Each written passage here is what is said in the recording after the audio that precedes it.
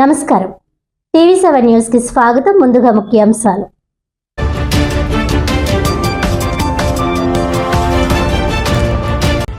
అభివృద్ధి పేరుతో రాష్ట్రాన్ని తాకట్టు పెడుతోన్న కూటమి ప్రభుత్వం ఈ 18 నెలల కాలంలో 2,66,000 కోట్ల రూపాయలు అప్పు చేసిందని ఆరోపించిన వైసీపీ ఉత్తరాంధ్ర కోఆర్డినేటర్ మాజీ మంత్రి కురసాల కన్నబాబు.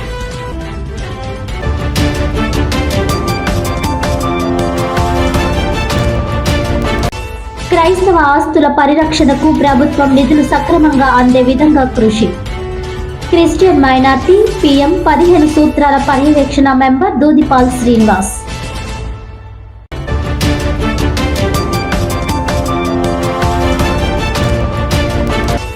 డిప్యూటీ సీఎం పవన్ కళ్యాణ్ నటిస్తున్న ఉస్తాద్ భగత్ సింగ్ సినిమా తొలి పాట ప్రోమో విడుదల. పీఠాపురం శ్రీపాద శ్రీ వల్లభ క్షేత్రాన్ని సందర్శించిన దర్శకుడు హరీష్ శంకర్.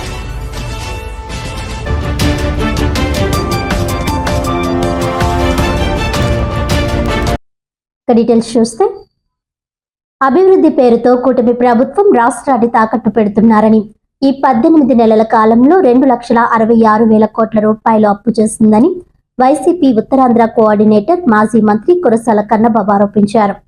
ఈ సందర్భంగా కాకినాడ రూరల్ మండలం ఎమ్మెల్యే క్యాంపు కార్యాలయంలో పాత్రికేయ సమావేశంలో కన్నబాబు మాట్లాడుతూ, గత ప్రభుత్వంలో ముఖ్యమంత్రిగా వైఎస్ జగన్మోహన్ రెడ్డిపై అనేక విమర్శలు చేశారని, మరో శ్రీలంక అంటూ ఎల్లో మీడియా ద్వారా ఎన్నో ప్రచారాలు చేశారని గుర్తు చేశారు. తెచ్చిన అప్పులను కూడా పేదలకు అందకుండా అమరావతి అభివృద్ధి పేరుతో కట్టుకథలు చెబుతున్నారని అన్నారు. ఎక్కడ వేసిన గొంగలి అక్కడే అన్న చందంగా అమరావతి అభివృద్ధి ఉందని, ఇంకా తుప్పలను కొడుతూనే ఉన్నారని, నీళ్లను తోడుతూనే ఉన్నారని అన్నారు. పేదలకు సహాయం చేసేది, వారి స్థితిగతులు తెలుసుకొని ముందుకు వెళ్లేది ఒక్క జగన్మోహన్ రెడ్డి ప్రభుత్వమేనని ఆయన అన్నారు.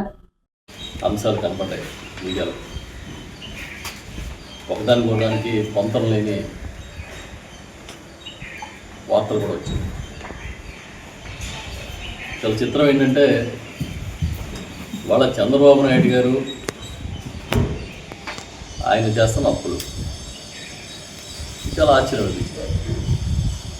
గతంలో జగన్మోహన్ రెడ్డి గారు ముఖ్యమంత్రిగా ఉండగా ఈ రాష్ట్రంలో విపరీతంగా అప్పులు చేస్తున్నారు, దానివల్ల ఇది అప్పుల ఆంధ్రప్రదేశ్ అయిపోతుంది, దానివల్ల భవిష్యత్తు మొత్తం నాశనం అయిపోతుందని గంగోలు పెట్టారు. ఒక గోబెల్స్ ప్రచారంలాగా ప్రచారం చేశారు. ఎంత ప్రచారం అంటే, ఎన్నికల ముందుకు వచ్చేసరికి ఎవడెవరినో తీసుకురావడం, ఆ మీడియాలో, సొంత మీడియాలో, వాళ్ళకి మద్దతు ఇచ్చే మీడియాలో ఎకనమిస్టులని, అదని ఇదని రకరకాల ప్రచారం, లక్షలాది కోట్లు అప్పు చేసినట్టుగా ఈ రాష్ట్రాన్ని ముంచేసినట్టుగా చెప్తూ ఉండేవారు. ఈ రాష్ట్రాన్ని శ్రీలంక చేస్తున్నాడని పెద్ద పెద్ద స్టేట్మెంట్లు ఇచ్చేవారు. ఇవాళ చూస్తే పరిస్థితి ఏంటంటే, 18 నెలల కాలం అయింది చంద్రబాబు నాయుడు గారి అధికారంలోకి వచ్చి. ఇప్పటికీ 2,66,175 కోట్లు అప్పు చేశారు. 2,66,175 కోట్లు సగటున ప్రతిరోజు ఇంచుమించుగా 500 కోట్లు అప్పు చేస్తారు. ఇది ఆయన సీనియారిటీ, ఇది ఆయన పరిపాలన దక్షత, ఇది ఆయన గొప్పతనం. అంతకుముందు జగన్ గారేమో అప్పులు చేస్తూ ఉంటే ఏం రాసేవారంటే, జగన్ అప్పు చేస్తే శాపం, అదే ఇప్పుడు చంద్రబాబు అప్పు చేస్తే రాష్ట్రానికి వరం. ఇది వాళ్ళ సొంత మీడియాలోనూ వాళ్ళ సొంత ప్రచారంలోని బాగా ఉంటుంటా ఉంది. వాళ్ళు చాలా ఆశ్చర్యంగా ఉంది.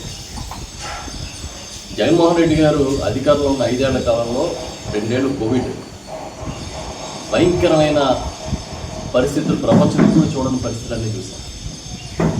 అయినా కూడా పథకాలు ఆగలేదు, పేదలకు ఇస్తానన్న మాట తప్పలేదు, మరో పక్కన వైద్యపరంగా ఆదుకునే కార్యక్రమాన్ని ఆపలేదు. ఇన్ని చేసి నేరుగా డీబీటీ కింద డబ్బులు ఇచ్చారు.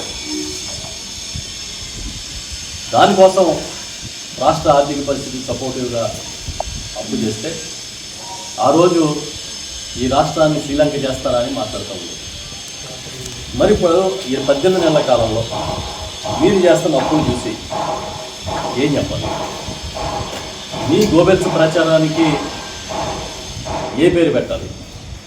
ఆ రోజు ఏమేమి మాట్లాడారంటే రాష్ట్రం శ్రీలంక అవుతుంది ఏప్రిల్ 5వ తేదీ 2022 చంద్రబాబు నాయుడు గారి స్టేట్మెంట్. రాష్ట్రాన్ని శ్రీలంకగా ప్రకటిస్తారేమో. అదే సంవత్సరం ఏప్రిల్ 13 2022 స్టేట్మెంట్. మేలుకోపోతే మనకు శ్రీలంక గతే ఈనాడులో కథనాలు. శ్రీలంక పరిస్థితికి రాష్ట్రం కోత వేటు దూరంలో ఉంది. 2022 మే 17న పవన్ కళ్యాణ్ గారి ట్వీట్.